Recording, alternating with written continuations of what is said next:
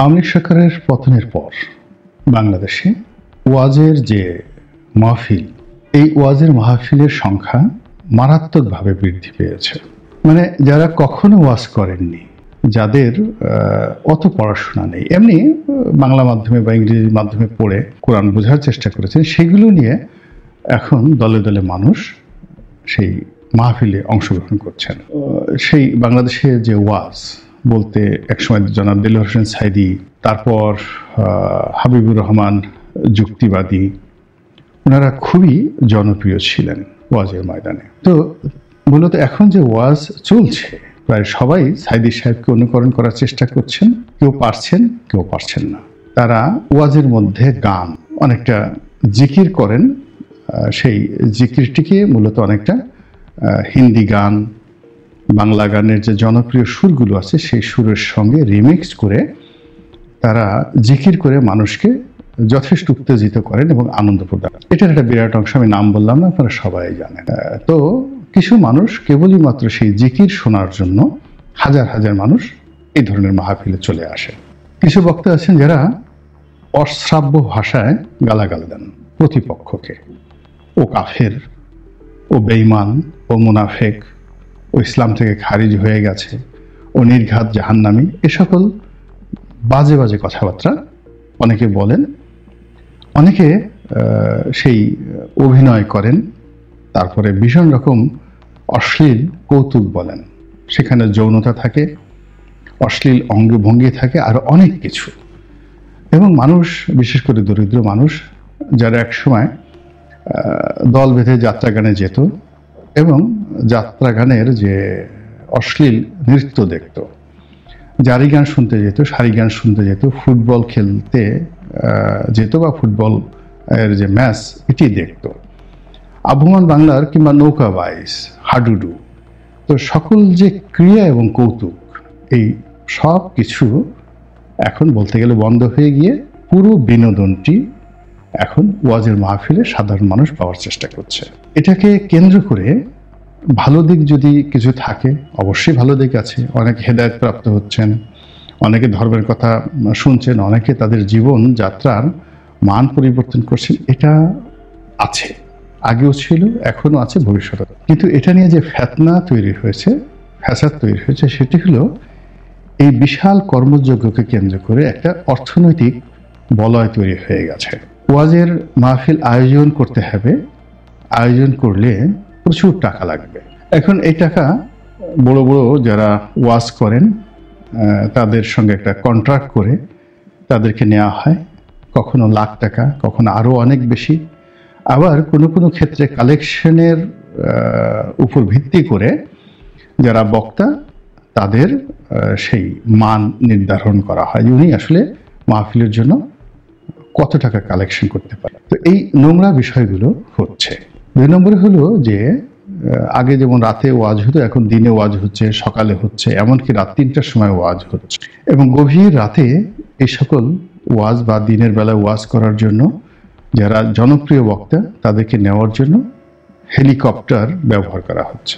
এবং এই হেলিকপ্টারের পেছনে এই ওয়াজের মরশুমে কত শত কোটি টাকা যে খরচ হচ্ছে, এই ধরনের হিসাব কিন্তু বাংলাদেশে কেউ নেই। তবে প্রায় প্রতিদিনই শত শত, আপনি সিভিল এভিয়েশনের সাথে যোগাযোগ করে দেখবেন যে হেলিকপ্টারের রুট যে কটা কোম্পানি আছে তারা এই সময় বুকিং নিয়ে সারতে পারছেন না। তো এর কারণে কি হচ্ছে, যারা ওয়াজে যাচ্ছেন তাদের ভাব গাম্ভীর্য নষ্ট হচ্ছে, তাদেরকে সবাই হেলিকপ্টার হুজুর, হেলিকপ্টার বক্তা ইত্যাদি ইত্যাদি ভাষায় বক্তব্য দিচ্ছে। তৃতীয় যে সমস্যাটি দেখা দিচ্ছে সেটি হলো, কোন একজন বক্তা, তার মাহফিলে হয়তো দেখা গেল 1 লাখ লোক এলো, প্রতিপক্ষ বলল ওখানে তো 1 লাখ লোক যায়নি, 1000-10 লোক হয়ে। আবার এই কথা যে বক্তা, যার মাহফিল 1 লাখ লোক এসেছিল, সে শোনার পরে সেই প্রতিপক্ষের মাহফিলে যদি 2 লাখ লোক এসে থাকে, সে বলল যে ওখানে 5000 লোক এসেছিল, ও ধর্মের কি বোঝে, ও অবোধ শিশু। তো এই সকল কথাবার্তা কিন্তু চলছে। এবং সবচেয়ে বড় ব্যাপার হলো, এখানে নিজেদেরকে বড় করার জন্য কেউ অমুক পীরের মুরিদ, অমুক সিলসিলার তারা বা তরিকার তারা অনুসারী, তারপর কেউ নিজেদেরকে পীর হিসেবে তারা বর্ণনা করছেন, এবং অনেকে নিজেদেরকে কিম্ভূত কিমাকার দেখানোর জন্য আরব দেশের কায়দায় হোক বা অন্য কায়দায় হোক বিরাট বিরাট জুব্বা পরে, মাথায় বিরাট টুপি পরে, পাগড়ি পরে এমন একটা স্ফুরত ধরার চেষ্টা করছেন যেন লোকজন মনে করে যে সে বড় মানুষ। তারপর এদের মধ্যে অনেকে আছে বিশাল ভুঁড়ি, খেয়ে দিয়ে বিশাল ভুঁড়ি, তাদের গালের যে চর্বি মনে হচ্ছে মুখেই কয়েক কেজি চর্বি তাদের আছে। এরপর থুতনির নিচে বিশ্রী রকম চর্বি তাদের হয়েছে। অনেকের দাড়ি আছে কিন্তু চর্বির কারণে দাড়িটা মানে নিচে নেমে গেছে। তাদের ঘাড়ে এত পরিমাণ চর্বি জমেছে অনেকের, যেগুলো দেখতে খুবই বিশ্রী লাগে। তো এই মানুষগুলো এই কাজগুলো করছে মূলত যে একটু মোটাসোটা না হলে, একটু ভুঁড়ি না থাকলে আমি যে একজন পীর বা আমি যে একজন বড় কিছু হম্বিতম্বিওয়ালা মানুষ হয়ে গেছি, এটা লোকজন বুঝবে কি করে। আর আরেকটা বিষয় রয়েছে যে মূর্খতা। মূর্খতার একটা বড় অস্ত্র হলো তারা গালাগাল দেবে, এবং গর্ধবের সবচেয়ে বড় পরিচয় হলো গর্ধব উচ্চ স্বরে কথা বলবে এবং বিশ্রী ভাষায় তার প্রতিপক্ষকে আক্রমণ করবে। এখন এই যে দুটো যে খাসলাত, একটা হলো গর্ধবের খাসলাত, যেটা স্বয়ং আল্লাহ রাব্বুল আলামিন পবিত্র কালামে পাকে গর্ধব সম্পর্কে বলেছেন যে ওদের মানে গর্ধবের কণ্ঠস্বর খুবই বাজে, খুবই বাজে। এরকম খুব বাজে ভাষায় প্রতিপক্ষকে, অন্য কাউকে নয়, তারা আক্রমণ করছে। তাদের সঙ্গে সাধারণ মানুষের কোনো সংযোগ নেই।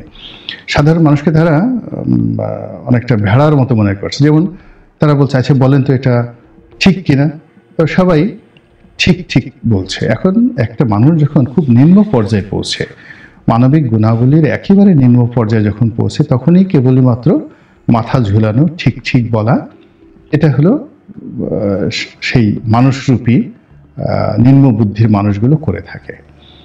কিন্তু যারা সত্যিকার অর্থে জ্ঞানী গুণী, তারা দ্বিমত পোষণ করে, আলোচনা করে, বড়জোর সমর্থন জানায়। কিন্তু হাত উঁচু করে, সেদিন দেখলাম এক বক্তা এমনি দুষ্টুমি করছে যে আপনাদের মধ্যে কে কে গাঁজা খান, হাত তুলেন। মসজিদের মধ্যে দেখা গেল প্রায় সবাই হাত তুলেছেন, মানে হুজুর বলেছেন তাকে হাত তুলতে হবে, সবাই হাত তুলেছেন। তখন সে হেসে বলল যে হায় আল্লাহ, এত গাঁজাখোর এখানে আছে, আগে তো জানিনি। আবার সবাই হাত নামিয়ে হাসা শুরু করলো। তো এরকম কোরআনের মাহফিলে, হাদিসের মাহফিলে এরকম রং তামাশার যে বিস্তৃতি, এটি ভীষণ রকমভাবে বেড়ে গেছে। সম্প্রতি যেটা হচ্ছে সেটি হলো বেশ কয়েকজন বক্তা তারা একে অপরের বিরুদ্ধে বিষোদ্গার করছেন। কেউ কারো মাথা নিয়ে আসার জন্য মূল্য নির্ধারণ করেছেন এক একটা জঙ্গি কায়দায়। এগুলো আমাদের দেশের মধ্যে যেভাবে হানাহানি বাড়ছে, দেশের বাইরে পুরো রাষ্ট্রকে একটি আইএস রাষ্ট্র, একটি জঙ্গি রাষ্ট্র হিসেবে যারা বিদেশের লোকজন তারা যদি মনে করে, তাহলে এই যারা বক্তা, ইসলামের নামধারী বক্তা, তারা সেই দায় দায়িত্ব তাদেরকে খুঁজে পাওয়া যাবে।